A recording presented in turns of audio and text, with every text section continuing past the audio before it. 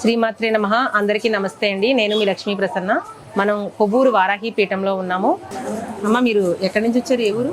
ఉయ్యూరు నుండి వచ్చామండి. ఉయ్యూరు. ఉదయం మేము రాత్రి బయలుదేరాం 12 గంటలకు.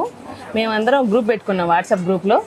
అందరం కలిసి ఈ చుట్టుపక్కల అన్ని ఊళ్ళు చూద్దాం రాజమండ్రి సైడ్ అనుకున్నాం.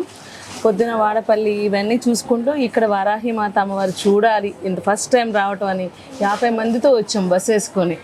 చుట్టుపక్కల ఉదయం లేవగానే అలవాటు అనమాట, చూడగానే ఇలా చూసుకుంటాం కదా, చూసుకున్నప్పుడు నర్పవే నర్పవే వారాహి మాత నర్పవే అనుకుంటాం కదా, అలా అమ్మని చూడాలి అని కుతూహలం అనమాట. బాగా ఎక్సైటింగ్గా వచ్చాం. అసలు జనం చూసి అబ్బా ఇంత ఫేమస్సా, ఇంత బాగుందా అసలు అనిపించింది. ఒక్కసారి ఇంత జనం చూడంగానే ఇంత మారుమూల పల్లెటూరులో అమ్మవారిని కొలుస్తుందంటే మహిమ లేనిది కొలవరు కదా, ఖచ్చితంగా.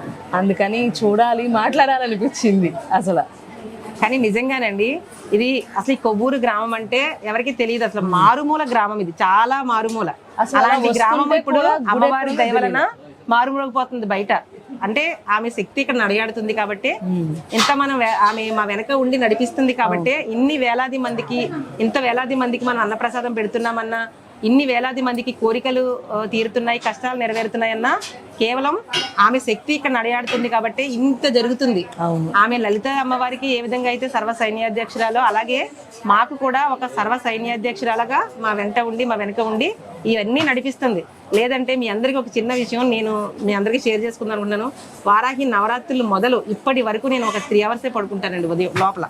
అంటే అంత వర్క్ ఉంటుంది భక్తులతోని, అమ్మవారితోని, అన్నప్రసాద కార్యక్రమం కానీ ఇదంతా. మాకు అసలు నిద్ర అనేది ఉండదు, సమయానికి ఫుడ్ అనేది ఉండదు.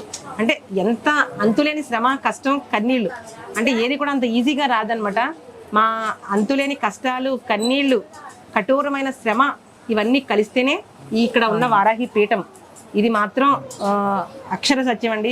ఇదంతా అమ్మవారు మాతో చేయించుకుంటున్నారు అంతే. జై వారాహి మాత. జై వారాహి మాత.